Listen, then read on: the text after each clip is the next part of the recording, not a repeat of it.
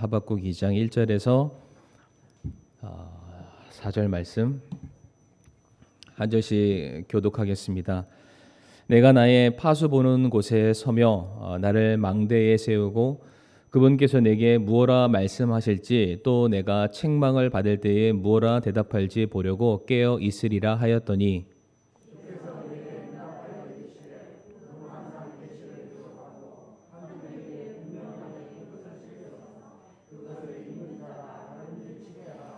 그 환상 계시는 여전히 정한 때를 위한 것이나 그 끝에 이르러서는 그것이 말할 것이요 거짓말하지 아니하리라. 비록 그것이 더딜지라도 그것을 기다리라. 그것이 반드시 올 터이므로 그것이 지체하지 아니하리라. 보라, 위로 높여진 자의 혼은 그의 속에서 곧바르지 아니하나 오직 의인은 자기 믿음으로 살리라. 아멘. 말씀에 기도하겠습니다. 하나님 아버지 감사합니다. 이 오후 시간에도 저희들 무엇보다 하나님의 말씀을 사모함으로 또 예배의 자리를 이렇게 지키고 있습니다. 바라고 구하옵는 것은 아버지 오늘 말씀을 통해서 우리의 믿음의 현 주소가 어떠한지를 돌아보게 해주시고 오늘 말씀 그대로 우리가 믿음으로 살아가는 주님의 귀한 성도들이 되게 하여 주시옵소서. 주님께서 이 시대의 마지막에 믿음 있는 자를 보겠느냐라는 그 한탄 섞인 그 말씀이 우리가 되지 않게 하여 주옵시고 우리의 믿음이 날이 갈수록 예수 그리스도의 장성한 분량을 닮아갈 수 있는 은혜가 있게 하여 주시옵소서. 감사드리며 살아계신 예수님 이름으로 기도를 드리옵니다. 아멘.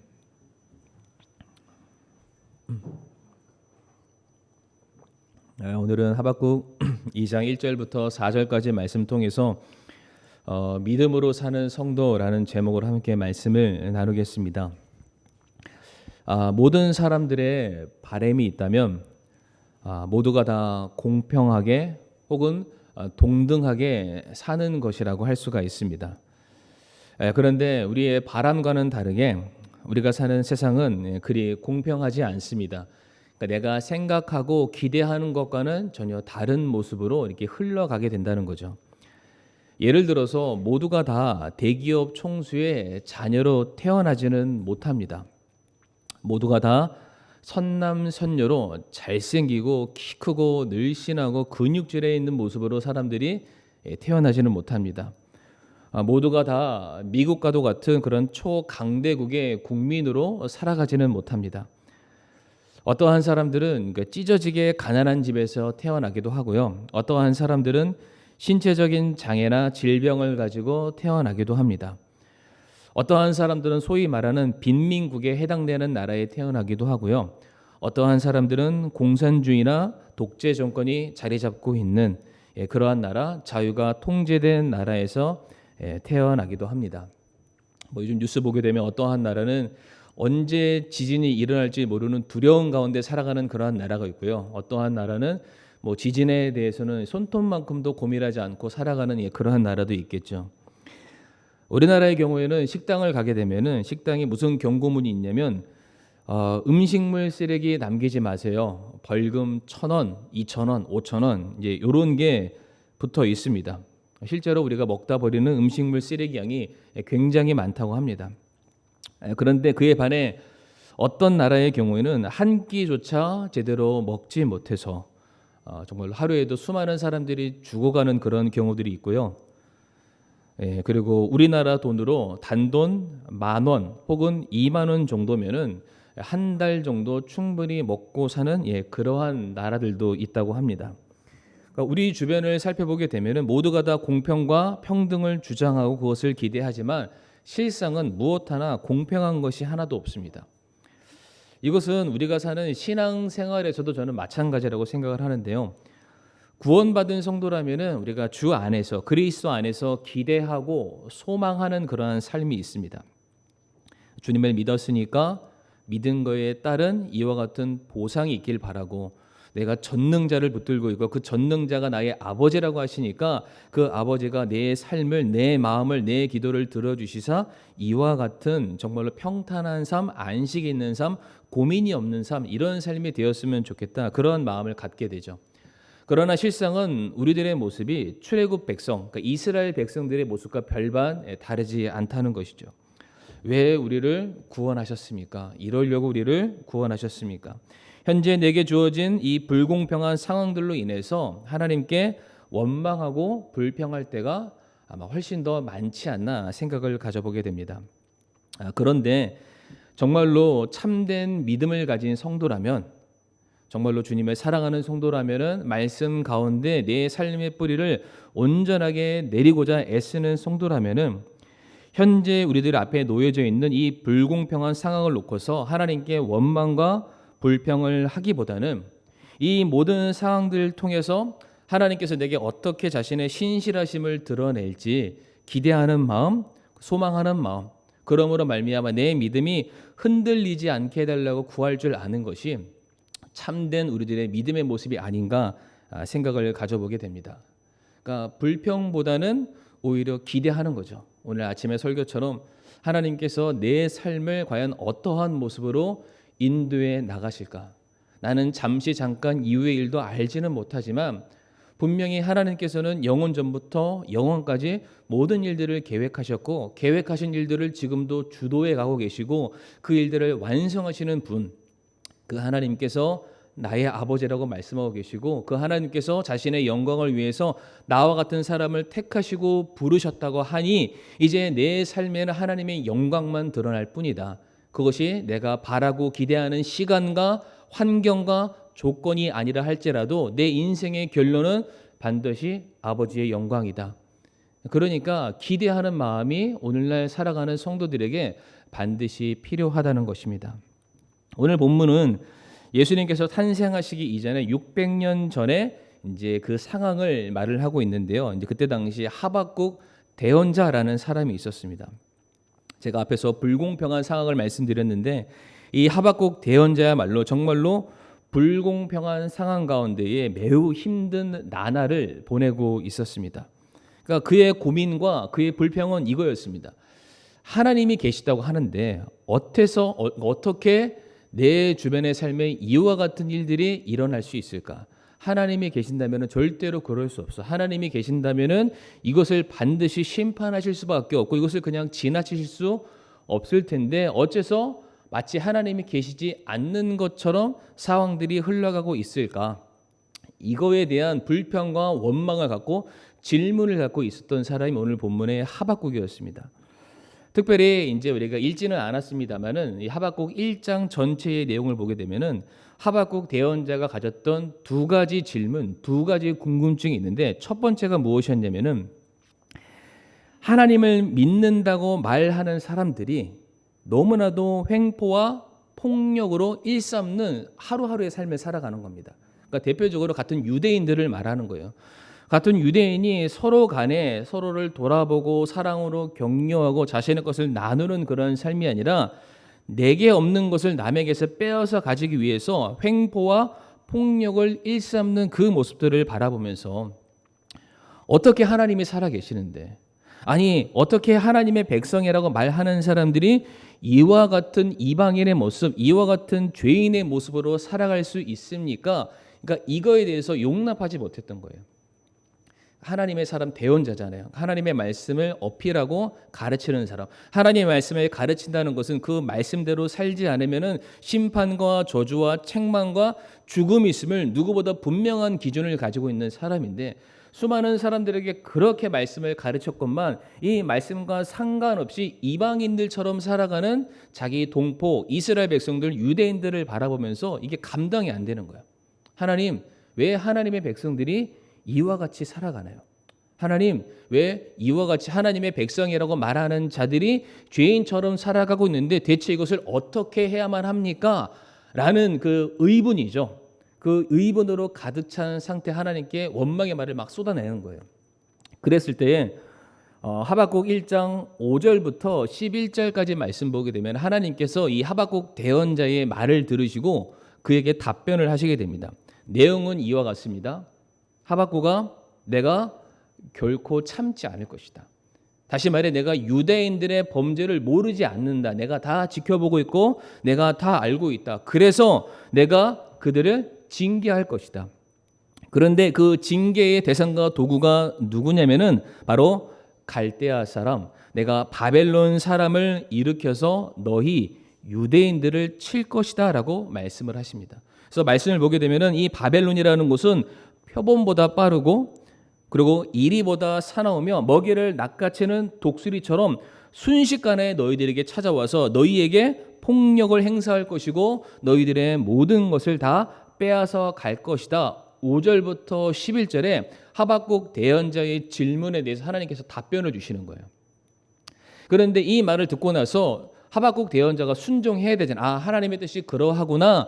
우리 이스라엘 백성들이 당연히 죄를 지었으니까 하나님께 징계받고 심판받는 것은 당연하구나. 그렇게 돌아서야 되는 게 맞잖아요. 그런데 그 말을 듣자마자 하박국 대언자가 바로 입장을 바꿉니다. 입장을 바꾸는 그의 또 다른 질문이 본문 1장 12절부터 17절의 내용인데 무슨 얘기냐? 하나님, 어떻게 바벨론과 같은 나라를 들어서 하나님의 백성을 치시려 하십니까? 바벨론과 같이 극악무도한 자들에게, 저 죄인들에게 하나님의 백성 의로운 자들을 먹이려 주시려 하십니까? 그거는 용납이 안 됩니다. 아무리 이스라엘이 죄를 범하였다 할지라도 이스라엘보다 더 악한 자들이 바벨론인데 어찌 그 사람들에게 선하다고 말할 수 있는 하나님의 백성인 이스라엘을 이방인의 손에 넘겨서 그들의 손에 죽게 하시려 합니까? 하나님, 그거는 좀 아닌 것 같아요 라는 질문을 던지게 되는 거예요. 그러니까 하박국 대언자 안에는 두 가지 질문이 있었어요. 어떤 거냐? 하나님, 죄는 반드시 심판받아야 돼요. 그런데 왜 하나님 이 죄에 대해서 심판하지 않으시나요? 그런데 그 죄를 진 당사자가 누구였나요? 하나님의 백성, 내 동포, 자기 자신이잖아요. 근데 그런 내가 그 죄로 말미암아 엄청난 심판과 재난을 받는다고 하니까 그거는 또 용납을 못 하겠는 거예요. 하나님, 잘못한 거는 알겠는데 그 잘못한 것에 대한 대가가 너무 크지 않나요? 아니, 저 그래도 저를 비롯한 모든 이스라엘 백성들이 하나님의 자녀인데 어떻게 하나님의 자녀가 이 세상 사람들에 의해서 짓밟힘을 당할 수 있어요? 하나님, 그래서는 안 될 것 같아요. 그러니까 이 두 가지, 이게 서로가 뭔가 모순되는 질문이 하박국 대언자 안에 막 공존하고 있었습니다. 그러니까 결국 하박국 대언자가 바랬던 것은 무엇이었냐면, 하나님, 죄인들은 심판받게 해주시고 그리고 선한 사람들은 하나님의 보호함을 받게 해주세요. 이러한 정확한 원리를 가지고 있지만 그 안에 자기가 들어가 있으니까 이 진리가 완전히 뒤죽박죽되는, 혼동되는 그런 일이 일어나게 된 것입니다. 바로 이와 같은 질문을 던지고 오늘 본문으로 돌아와서 하박국 2장 1절 말씀 보게 되면은 하박국 대언자가 망루 탑 위에 올라가서 두 번째 하나님의 질문을 기다리게 됩니다. 가장 높은 곳에서 하나님께서 내게 무엇이라고 말씀하시는지를 기다리는 거예요. 그런데 이 기다림은 이게 거룩하고 경건한 기다림이 아니라 자기 딴에는 하나님께 무엇인가 직설적으로 이성적으로 대답을 했으니까, 하나님, 내 말에 한번 제대로 답 한번 해보세요. 하나님의 백성들이 이방인들의 손에 심판받는 게 맞아요? 한번 대답이나 한번 해보세요 라는 질문을 던지게 된 거예요. 그랬을 때 하나님께서 하박국 대언자에게 이제 2절부터 말씀을 하시죠. 2절 말씀에 주께서 내게 응답하여 이르시되 그 환상 계시를 기록하고 판들 위에 분명하게 그것을 새겨서 그것을 읽는 자가 다름질 치게 하라라고 되어 있습니다. 그러니까 지금 하나님께서 하박국에게 말하기를, 하박국아, 커다란 판을 준비해라. 그러니까 십계명 같은 두 돌판이 아니라 그보다 훨씬 더 큰 커다란 판을 준비해서 이제 내가 너에게 줄 말들을 그 판에다가 크게 쓰라는 거예요. 다른 누군가가 달려가면서도 그것을 읽고 머릿속에 기억할 수 있게 하라. 우리 운전하시면서 고속도로 쭉 타고 가면은 고속도로에 이게 막 커다란 광고판 보신 적 있으시죠? 운전하면서도 100km, 120km, 140km 달려도 우리 간판에 있는 글씨는 명확하게 보잖아요. 그렇게 커다란 판을 만들어서 모든 사람들이 그냥 스쳐 지나가도 이 말씀만은 잊지 않게끔 만들라라고 하나님이 하박국에게 얘기를 하세요. 그러면서 주시는 말씀이 오늘 본문 3절 말씀이 되겠습니다. 우리 다 같이 한번 다시 한번 읽어보실까요? 오늘 본문 하박국 2장 3절 말씀입니다. 시작.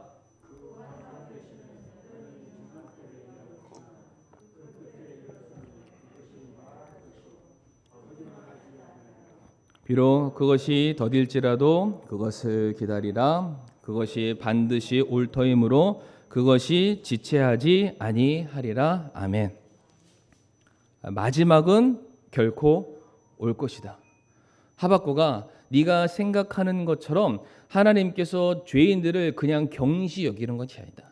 하박국아, 네가 오해하는 것처럼 하나님의 백성들, 하나님께서 귀하게 여기시는 자기의 자녀들을 향해서 하나님께서 심판하시는 것은 다 목적과 뜻이 있다. 다만 그 모든 일들이 너가 생각하는 그 시간과 때는 아닐지언정 반드시 너희를 향한 나의 선한 뜻은 반드시 이루어질 것이다.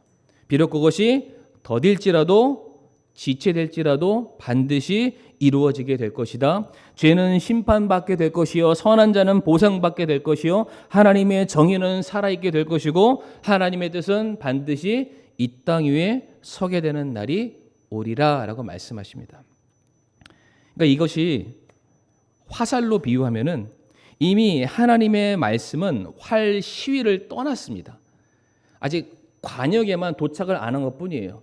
이미 하나님의 모든 뜻들은 하나님의 정해놓은 시간에 따라서 순차적으로 이루어지고 있습니다. 그러니까 그것을 바라보는 입장에서 하나님이 화살을 쐈는지 안 쐈는지를 못 보고 관역만 보고 있는 거예요. 대체 언제 하나님의 뜻이 이루어지나. 그런데 이 관역을 향해서 이미 화살은 출발하고 있다. 시간 문제일 뿐이나 반드시 하나님의 뜻은 이루어질 것이다 라고 되어 있습니다. 그러니까 우리가 이것과 비슷한 예를 우리가 다니엘서에서 찾아볼 수 있는데 성도님 시간 되신다면 앞에 화면에 나오지 않고요.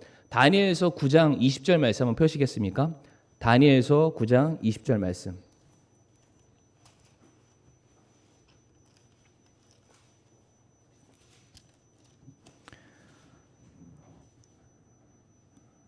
다니엘서 9장 20절 말씀.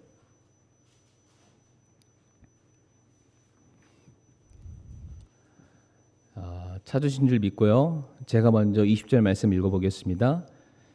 내가 이같이 말하여 기도하며 내 죄와 내 백성 이스라엘의 죄를 자백하고 내 하나님의 거룩한 산을 위하여 주 내 하나님 앞에서 간구를 드릴 때에, 그러니까 다니엘이 이스라엘을 대신해서 하나님께 기도하였다라고 되어 있죠. 그런데 바로 이어지는 21절 말씀 보면 이렇게 되어 있습니다. 곧 참으로 내가 기도를 드리며 말할 때에, 그러니까 아직 다니엘이 하고 있는 기도가 끝나지 않았음을 말해주고 있습니다. 다니엘은 계속해서 민족의 구원을 위해서 민족을 향한 하나님의 뜻이 이루어지길 위해서 기도하고 있는데, 그렇게 기도하고 있을 때에 내가 처음에 환상 속에서 본 그 사람 가브리엘, 하나님의 메신저죠. 가브리엘 천사가 신속히 날아가도록 명령을 받고 저녁 봉헌물을 드릴 즈음에 내게 손을 대더라라고 되어 있습니다. 그러니까 다니엘이 기도를 했는데 기도하는 순간 하나님께서 다니엘의 기도를 들으시고요. 그에게 응답하심을 위해서 천사 가브리엘을 보내셨다라고 되어 있습니다. 기도하는 순간 이미 응답함이 이루어졌죠. 그런데 가브리엘 천사가 도착했던 시간은 저녁 되었습니다. 출발해서 오는 데까지 시간이 필요했을 뿐 하나님의 뜻은 이미 다니엘이 기도하는 순간 응답함이 이루어졌다. 그러니까 하나님의 말씀도 동일하다는 겁니다. 하나님의 말씀은 그 말씀 자체로 있는 것, 존재하는 것으로 끝나는 것이 아니라 그 말씀은 살아있고 능력이 있기 때문에 실제로 지금도 역사하고 있고 일하고 있습니다. 다만 그것이 이루어지는 데 있어서 그 타이밍과 때와 시간에 있어서 우리가 바라는 것과 기대하는 것과 조금 차이가 있을 뿐이지 그것이 결코 더디지 않는다. 정한 때에 반드시 이루어지게 되어 있음을 말해주고 있습니다. 그러니까 반드시 이루어질 것이기 때문에 지체하지 않을 것이기 때문에 성도들을 향해서 오늘 본문이 말하는 것이 무엇이냐? 나의 백성들아 하박국아 그러므로 말미암아 기다려라 인내해라 라고 말씀을 하십니다. 대표적으로 우리가 기다리는 모습에 대해서 오늘 이어지는 4절 말씀이 이렇게 우리에게 전해지고 있죠. 하박국 2장 4절 말씀 같이 한번 읽어보실까요? 시작. 보라 위로 높여진 자의 혼은 그의 속에서 곧바르지 아니하나 오직 의인은 자기 믿음으로 살리라. 아멘. 여기서 위로 높여진 자, 교만한 자, 바벨론을 말합니다. 그의 속은 곧바르지 않은 것이 있다. 그러니까 당대의 악인이라고 불리는 바벨론이 너희들 앞에서 무엇인가 대단한 일을 하는 것처럼 보이고 하나님의 백성들을 핍박하고 억누른 것처럼 보이지만 분명한 것은 그들 역시 하나님께서 필요에 따라서 잠시 들어서 사용할 뿐이다. 그들은 도구에 지나지 않는다. 그들도 시간이라는 이 흐름 속에서 잠깐 있다가 사라지는 것뿐이다. 이스라엘 백성들은 염려하지 말아라. 대신에 너희들은 그와 같은 상황들과 조건들 속에서도 어떠한 마음으로 살아야 되냐? 오직 의인은 자기의 믿음으로 말미암아 살아야 된다. 여기에서 나와 있는 이 믿음으로라는 게 참 중요합니다. 이게 굉장히 믿음으로 살아야 됩니다. 믿음으로 사십시오. 믿음을 가지십시오. 우리가 이렇게 얘기하면 너무 크잖아요. 그 믿음이라는 게 대체 무엇일까? 오늘 본문에서 말하는 믿음의 정확한 내용을 설명해 주고 있는 게 바로 출애굽기 17장 12절의 말씀이 되는데요. 출애굽기 17장 12절 말씀 화면에 띄워놓을 테니까 한번 읽어주시기 바랍니다. 같이 읽겠습니다. 시작.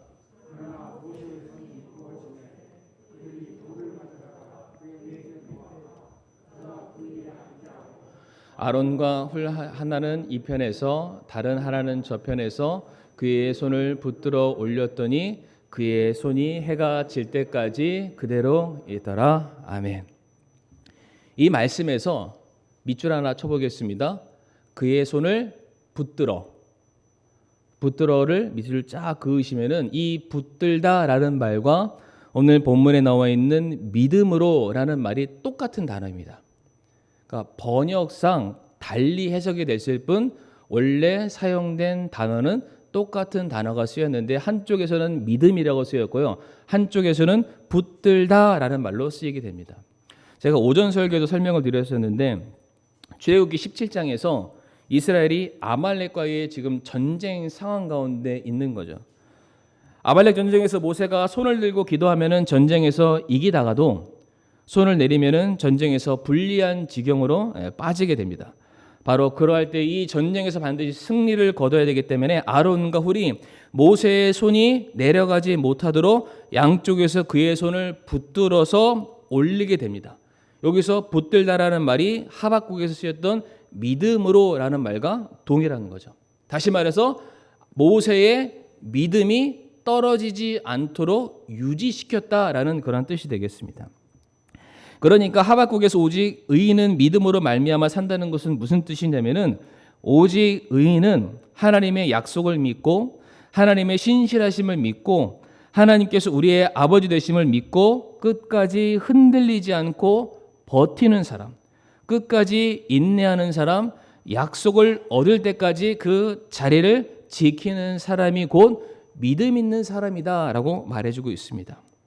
의인은 누구입니까? 믿는 자죠. 믿는 자는 누구를 말합니까? 하나님을 믿는 자를 의미합니다. 하나님을 믿는다는 것은 하나님께서 내게 하신 말씀은 반드시 이루어질 것을 믿는 것이고요. 내가 하나님을 신뢰하기 때문에 내 주변에 놓여져 있는 상황이나 환경이 아무로 내가 기대하는 것과 반대적인 것으로 간다 할지라도 내게 말씀하신 분이 하나님이시기 때문에 그분은 결단코 거짓말하지 않으시는 분이시기 때문에 그분의 말씀은 반드시 이루어진다. 그 확신 가운데 인내하는 자, 버티는 자, 견디는 자. 그 사람이 바로 믿음 있는 사람이다라고 말해주고 있습니다. 그러니까 신앙생활 가운데 저는 마찬가지라고 생각을 하는데 신앙생활 역시 그러니까 우리가 늘 기대하고 바라는 대로만 이렇게 이어지지 않습니다. 기도한다고 해서 무조건 응답을 받는 것도 아니고요. 헌신한다고 해서 무조건적으로 보상을 받는 것도 아닙니다. 우리가 바라고 기대하는 것과는 전혀 다른 모습으로 우리들에게 다가올 때가 훨씬 더 많이 있죠. 근데 그러한 환경 속에서 과연 믿음 있는 성도는 어떠한 삶을 살아야 되냐면은 믿음으로 산다는 것은 마치 모세가 하늘을 향해서 두 손을 들고 그 손이 내려오지 못하도록 붙들고 있었던 것처럼 지금 환경은 내가 갈수록 지고 있는 듯 보이지만은 하나님께서 이와 같은 상황 속에서도 지금도 일하고 계시기 때문에 하나님의 일하심은 곧 승리로 이어질 것이기에 내가 이 믿음의 자리, 이 신앙의 자리를 내가 결코 떠나지 않겠다. 약속하신 것이 이루어질 것을 내가 반드시 붙들겠다. 그러니까 버티는 게 믿음이다라는 사실입니다. 그러니까 우리 주변에 우리가 아무리 전도해도 듣는 것조차 거부하는 가족들과 친구들이 있을 수 있습니다. 그들을 향해서 포기하고 싶을 때가 있겠죠. 더 이상 전도해도 말귀를 못 알아듣는데 내가 해서 뭐 할까? 포기하는 순간 우리는 더 이상 하나님의 일하심을 볼 수 없고요. 하나님의 일하심을 보지 못한다면 그것이 무엇과 결부됩니까? 하나님을 향한 우리의 믿음과 결부됩니다. 아, 하나님은 내가 기도해도 안 이루어 주셔. 아니, 아직 하나님의 때가 이르지 않았다니까요. 하나님께서 정해놓으신 때가 있는데 그때까지 우리가 지치지 않고 기진하지 않고 계속해서 한 영혼을 향해서 복음을 전하는 일에 우리가 계속해서 쓰임 받는다면은 그 영혼이 언젠가는 돌아오게 된다라는 거죠. 그런데 그 일에서 내가 버티지 못하고 먼저 질에 지쳐서 떠나는 순간 우리는 믿음의 삶을 살지 못하게 되는 것입니다. 마찬가지로 교회에 헌신할 때도 그렇죠. 다들 내 마음 같지 않기 때문에 더 이상 내가 헌신함에 대해서 열정과 의미를 우리가 상실할 때가 있습니다. 나이도 먹었고 현실적인 장애물을 만나서 그만하고 싶다라는 생각이 지배적일 때에 믿음 있는 성도는 어떠한 자세를 취합니까? 그럼에도 불구하고 끝까지 인내하고 헌신의 자리를 붙든다. 하나님께서 나와 같은 사람을 자격도 안 되고 조건도 안 되고 능력도 없는 사람을 이 교회로 보내주셨고 어떠한 영혼을 섬기고 어떠한 부서를 세우는 일에 있어서 나를 이 자리에 붙여주신 것은 분명한 하나님의 뜻이 있다. 그 일을 이루기 위해서 내가 쓰임 받는 것이기 때문에 하나님이 세우셨으니 하나님이 물러가라라고 말씀하시기 전까지는 나는 떠나지 않고 이 자리를 반드시 지키겠다. 근데 성도님들 이게 내 개인적인 신앙생활이나 헌신 분야만 말하는 것이 아니라 이게 가족 간의 관계 속에서도 동일하게 적용된다고 믿습니다. 이게 아내는 남편을 바라보면서 그 남편은 아내를 바라보면서 그리고 자녀가 우리 부모님을 바라보면서 아니면은 뭐 시어머니 바라보면서 여러 가지 많은 관계들이 있잖아요.